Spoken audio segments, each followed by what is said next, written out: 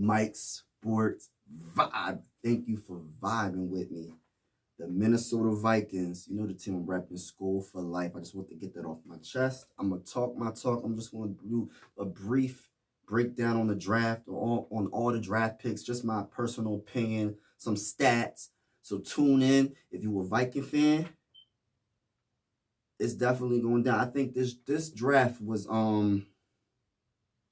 good because they didn't reach. As much as I was kind of down a little bit in the first round because I wanted to get Anthony Richardson or CJ Stroud, but I'm happy they didn't reach. They didn't just reach to go get a quarterback. So I'm thankful in that they didn't just, if you don't believe in a quarterback, then don't reach for a quarterback. That's the point. If you don't believe in a quarterback, don't reach for a quarterback. But with the first pick at 23, they drafted Jordan Addison from USC. Debatably, the experts, NFL experts, would say Jordan Addison could have been the best wide receiver prospect in this draft. So that's a good pickup at number 23. That's a great pickup. I like how his route running is spectacular. For 2022, he recovered 59 balls for 875 yards and 8 touchdowns. So he was balling out last season, and he's about 6 foot, 175. I'm not 100% sure if these are really correct, if he's really 6 foot, but he's going to have to get a little bit in the weight room, build a little bit more muscle. He's 21 years young. He just has that fire in him, and I think him and Justin Jefferson, he has the chance to be the number 2 wide receiver on this team. His route running is, like I said before, is spectacular. Probably the best route runner, the best wide receiver when it comes to running routes in this draft. Yeah, he was balling out. So in 2021, he recovered 100 passes and had 1,593 yards and 17 touchdowns. And that was in Pittsburgh. So he transferred from Pitt to USC. So I'm hearing that he's very, very intelligent. He learned the playbook really quick. So he's a very intelligent young brother. And I think that he's going to bring that fire. He's going to bring that Robin to Justin Jefferson's Batman. Great pickup. So you can't always triple and double team Justin. So that's what we needed. We needed something to help us spread the ball a little bit. I mean, we know we got TJ and Osborne, but we needed that true number 2 wide receiver. And he has a big chance of doing it because of his talent and his motivation to be that wide receiver. So on to the next pick. Round 2 is TJ Hawkinson.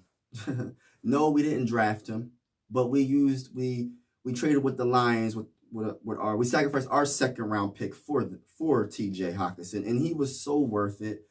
He played the first game, and he almost had 100 yards the first game with the Minnesota Vikings. So he is a great pickup.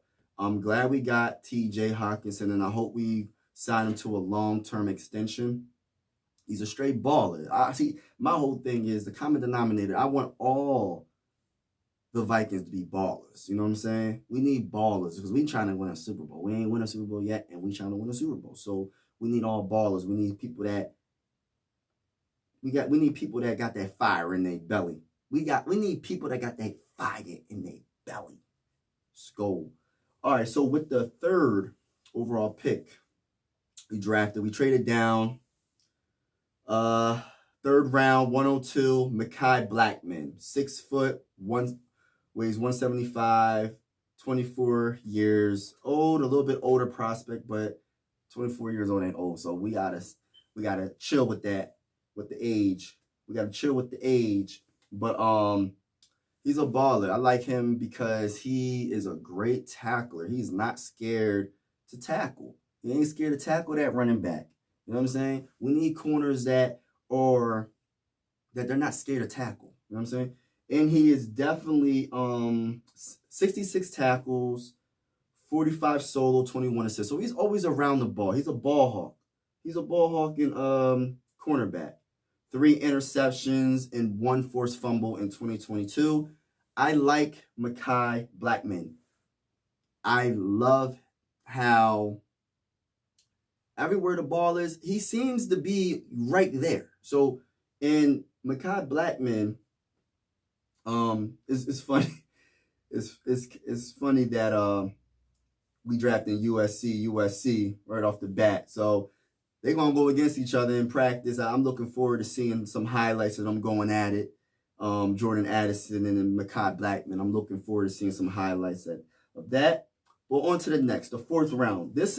I love all the draft picks, but this is my personal favorite. I like Jay Ward, LSU, DB. So we drafting a lot. Our secondary is going to be, I call our secondary beast mode, because these guys they got that dog in them. They ain't scared to tackle. They will catch the interception. They got that dog in them. So he's 22 years old, 6'2", weighs 188. He got 1 interception, 56 tackles, 40 solo, 16 assists. So he's another one. He's always around the ball. When the ball's in the air, or if the receiver or the running back got the ball, or the quarterback, he is always around the ball, and that's what I like about Jay Ward. He's a very, very good tackler. I don't see him missing many tackles. So he got that fire in his belly too. So no Viking fans can complain, you know what I'm saying, about our secondary. We have enough corners. We have enough of everything.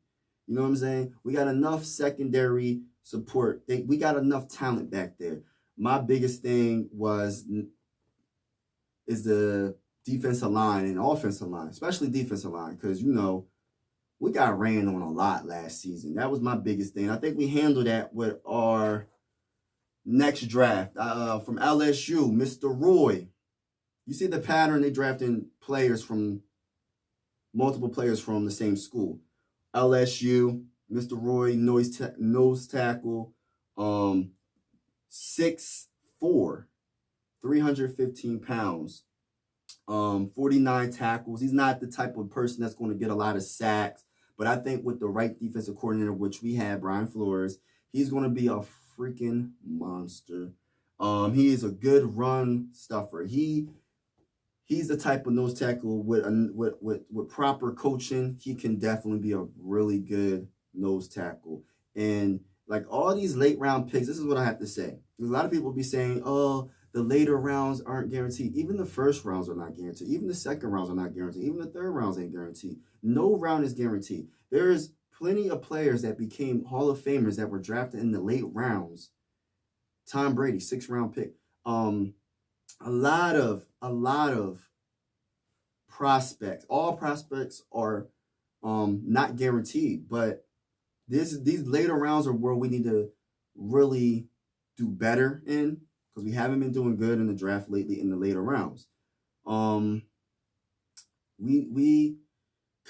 the potential is, if my boy Jaren Hall, which is the next pick from BYU, 6'1", 205 pounds, 24 years old. If he doesn't plan out, if he's not the franchise quarterback, and who knows? I mean, just because he's a late round pick doesn't mean he's not going to be the franchise quarterback. We have the coach, the offensive minded coach, Kevin O'Connell. I have faith in the brother. I got faith in the brother to make Jaren Hall a pretty good 25 years old, actually. Make him a good quarterback. So you just never know. And if we do happen to trade up in 2024 to get Caleb or whoever, right? There's going to be a lot of competition. So what we're going to have to do is trade a lot of first-round picks. You're going to have to do it, because we're not going to be one of those teams that's only going to win 3 games or 2 games or 1 game. So we're going to have to trade multiple first rounds to move up to the first pick in 2024. If Jaren Hall isn't the franchise quarterback, we're going to have to do it. We're going to have to sacrifice to get to where we need to be, period. Sometimes you have to take a chance to be great. You know what I'm saying? You got to gamble a little bit to be great. So we need to stop that mindset of, oh, we got to have all these picks. Now, we can have 50 picks and they probably won't plan out. Some of them won't plan out.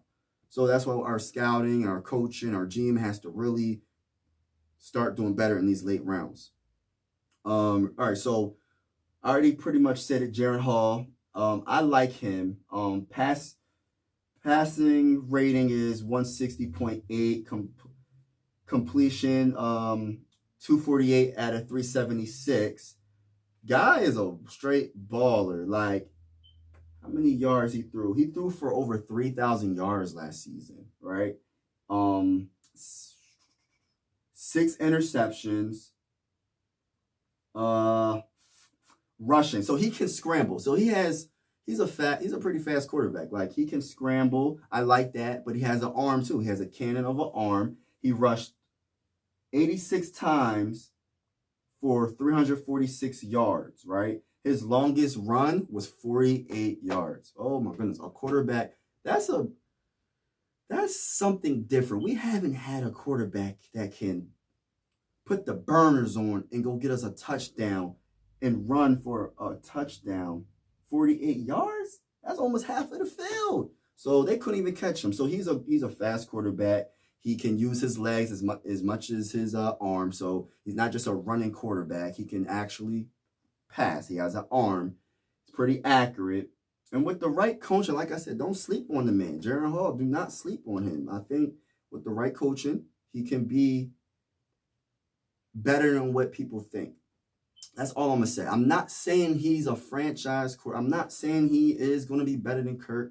But you never know. You know what I'm saying? You got to give people opportunity. With opportunity, some of these players can be really good. So if he shows off in preseason and he improves in practice and learns the playbook and he continues to be him and growing as a quarterback and as a person, he could possibly be the franchise quarterback.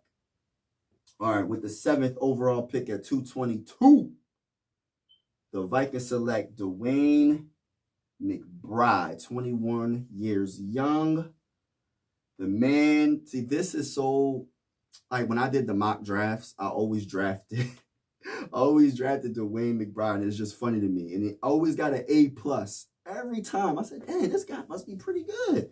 From UAB, he rushed 233 times for 1,713 yards, 7.4 average. And the guy is a touchdown machine, 19 touchdowns. His longest run was 68 yards. My only concern, right? I got a couple concerns. The only concern I have, right? Because he's a 7th round pick, and I think he's a steal in the 7th round, by the way. Can he catch the ball? Because he didn't have, I looked it up, but he didn't really have too many stats of him catching the ball. Can he catch the ball out of the backfield? Can he catch the ball, period? You know what I mean? Is he just an old school running back like Adrian Peterson that there ain't nothing wrong with it, but I'm not really sure. That's some questions that I wanted to be answered, and we'll see what happens. This other concern is with us drafting a running back, right? And I know it's a 7th round pick, but like I said, it doesn't matter what round. It depends on the person, depends on the coaching, depends on the prospect, and how hard does he want it, how hungry, what's desire, what's his desire? Does he want to be a great? Because you got to put in that work. My concern is Dalvin Cook. What are we doing with Dalvin Cook? Our running back group is stacked right now. And are we going to pay him? Or are we going to sign him to an extension? What are we doing? What are we doing? So that's the draft. That's just a small little breakdown on what I think. And I think this draft overall was pretty darn good. We have to figure out a couple of questions. Are we going to trade Kirk Cousins? Most likely we're not. See, I like Kirk, and if we do happen to trade him, because it looks like we're not going to trade him because we didn't draft high for a quarterback. There's a higher chance if you draft high for a quarterback that he might be a franchise quarterback in the lower round, but you never know. He might be a Russell Wilson or something, or a Tom Brady. We don't know what my bull is going to be. My bull Jaren Hall, but we're going to see what we're going to do with Kirk. Are we going to sign to him extension? We'll see. I'm not definitely excited about that. But like I said, he's my quarterback until he's not my quarterback, and I'm going to cheer for him regardless. I'm a Viking fan. You know what I mean? I'm not going to hate on a player to. I'm not going to hate on him and hope that he is terrible so we lose. I mean, I want to win. I want to win a Super Bowl. We haven't won a Super Bowl. We've been to Super Bowl 4 times, and I'm trying to win a Super Bowl. I'm trying to get behind Kurt, but he has to prove a lot of us Viking fans wrong because he hasn't planned out since we got him when it comes to winning in the playoffs. I'm not saying regular season stats. I'm talking about playoffs. You know what I'm saying? Don't get me wrong. His stats in the regular season, which is good, right? You got to have a pretty good regular season to get to the playoffs. But there's levels, you know what I'm saying? You got to improve your game in the playoffs so we can win a Super Bowl. And no, I'm not blaming last season all on Kirk. We know it's the defense, and that's why we drafted majority defense in this draft. So we're going to see with defensive-minded, with a defensive coordinator like Brian that can actually be a head coach in the NFL, and his defense is improved, we're going to see, right, how good Kirk can be. Because our defense will be better. I can bank on that. Our defense will be top 15. I really have a feeling top 15. Let's sign D Hunt. Then let me take that back if we don't sign D Hunt to an extension. But I hope Ryan Fuller's tossed the Minnesota Vikings organization into extending Hunt at least a couple more years, man. I really do. But yeah, if you a Viking fan, like and subscribe. I would really appreciate it. Thank you for watching me. And if you are watching me, thank you for vibing with me. And let's go win a Super Bowl. SKOL, SKOL. And I'm out.